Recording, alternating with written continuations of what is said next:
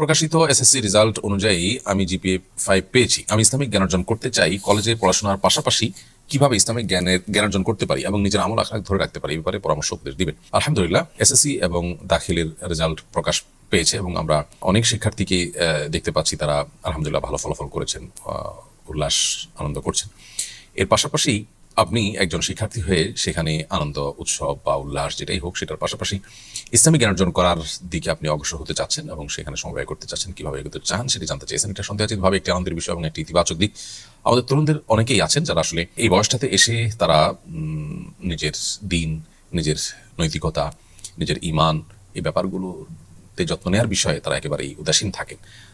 আপনি তাদের চাইতে ব্যতিক্রম নিজেকে প্রমাণ করেছেন। আমি দোয়া করি আপনার জন্য এবং সেই সাথে আপনাকে বলতে চাই যে ইসলামিক জ্ঞান অর্জন করবার জন্য আপনাকে সর্বপ্রথম যেটি করতে হবে হলো কোরআনটা আপনার বিশুদ্ধ করতে হবে। যদি কোরআনটা বিশুদ্ধ থাকে আলহামদুলিল্লাহ, তাহলে পরবর্তী স্টেপে যাবেন। আপনি প্রথম চেষ্টা করবেন কোরআন তেলাওয়াত বিশুদ্ধ কিনা আপনার সেটা চেক করার, আর আপনার আশপাশের মসজিদের কোনো ইমাম মুয়াজ্জিন সাহেবকে দিয়ে যে আপনার তেলাওয়াত পরিপূর্ণ বিশুদ্ধ কিনা সেটা আপনি চেক করাবেন। যদি ত্রুটি থাকে সেটাকে আপনি ঝালাই করবেন একটু সময় বের করে। এবং এটার জন্য কোনো অনলাইন কোর্সের চাইতে সরাসরি প্রত্যক্ষ বা অফলাইন কোনো শিক্ষকের মাধ্যমে শিখলে খুব অল্প সময় এটাকে প্রাপ্ত করা যায়।